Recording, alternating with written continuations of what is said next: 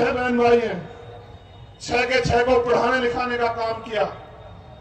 और क्योंकि 6 बच्चों को पालना कोई आसान काम नहीं है, मैं जानता हूं कि मेरे पिता ने मुझे जूता खरीदवाया, मुझे मेरे भाई को, और अपने आप टूटी चप्पल से नौकरी की। मेरे पिताजी 40 किलोमीटर साइकिल चला के जाते थे कि हमारे पेट में रोटी आ सके। मेरी मां पशु पालती थी, आज भी हमारे लोग पालते हैं गांव देहात में। खेत से जाके घास लाती थी, मैं जब स्कूल से आता तो खेत पे जाता, घास की गठरी उठा के लाता, फिर उसको मशीन में काटता। मेरी मां उसे उस दूध को बेच के हमारे लिए खर्चा जुटाती। मैंने गरीबी देखी, धीरे धीरे बड़े होते गए। एक समय आया, मेरे पिताजी ने मुझसे कहा कि तुम्हें पढ़ने के लिए विदेश जाना है, तुमने अब वकालत कर ली है।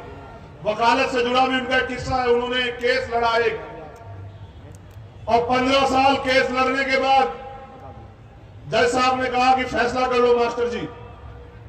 तो उन्होंने कहा जी फैसला करा दो साहब। तो उन्होंने कहा 5,000 रुपए में फैसला कर लो। मेरे पिताजी के 25,000 रुपए किसी को उधार थे, वो बेईमान हो गया। तो मेरे पिताजी ने कहा जज साहब मैं तो इससे ज्यादा पैसे तारीखों में लगा बैठा हूं।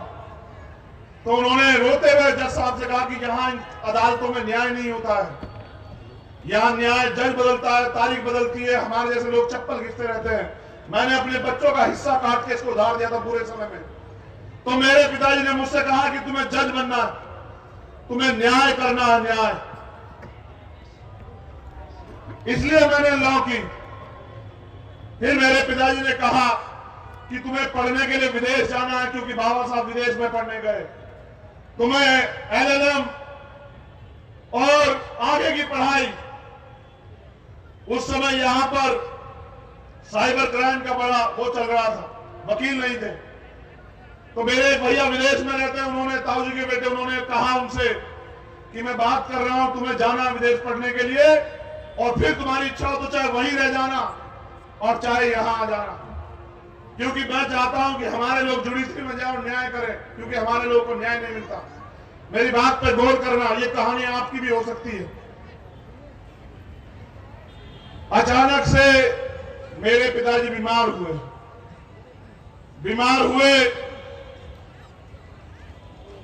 तो डॉक्टर ने कहा उनको कैंसर।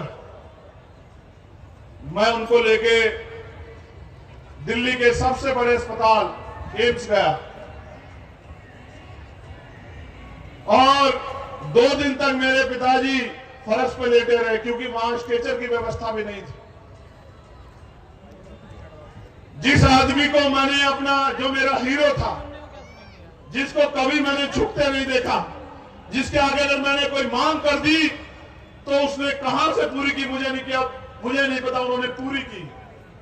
उस आदमी को मैंने पल पल मरते देखा। और फिर एक दिन आया 11 जनवरी 2013 का, बेहतर इलाज न मिलने के कारण मैंने अपने पिता को, मेरे हाथों में मेरे पिता ने दम तोड़ दिया। सुबह के 4 बज रहे थे। इस बीच कोई ऐसा दिन नहीं बीता अस्पताल में उन्होंने मुझसे ना कहा हो कि हर कोई अपने लिए जीना चाहता है, कोई बाबा साहब के मूवमेंट को आगे नहीं बढ़ाना चाहता, कोई मान्यवर काशीराम साहब के अधूरे सपने को पूरा नहीं करना चाहता। चंद्रशेखर मुझसे बार बार कहते, मुझे पता है शायद तुम भी विदेश चले जाओगे, अपने परिवार में शामिल हो जाओगे, लेकिन पता नहीं बाबा साहब का सपना कब पूरा होगा।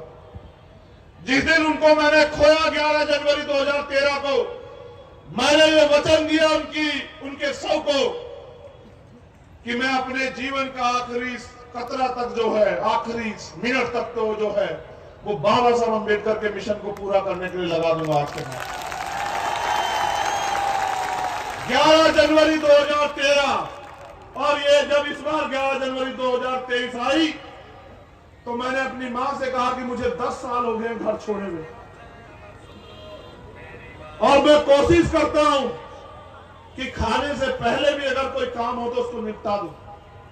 लेकिन सम्मानित साथियों, जैसा मैंने आपको बताया इस 10 साल में मैंने हजारों लड़ाई लड़ी होंगी और मेरे साथ मेरी ताकत के रूप में भीम आर्मी के एक एक कार्यकर्ता ने, चाहे वो पूरे देश में कहीं हो, उन्होंने वो जमीनी लड़ाई लड़के दिखाया जिन युवाओं को ये कहा जाता था कि युवा ना समझ होते हैं, युवाओं में लड़कपन होता, युवा जिम्मेदार नहीं होते।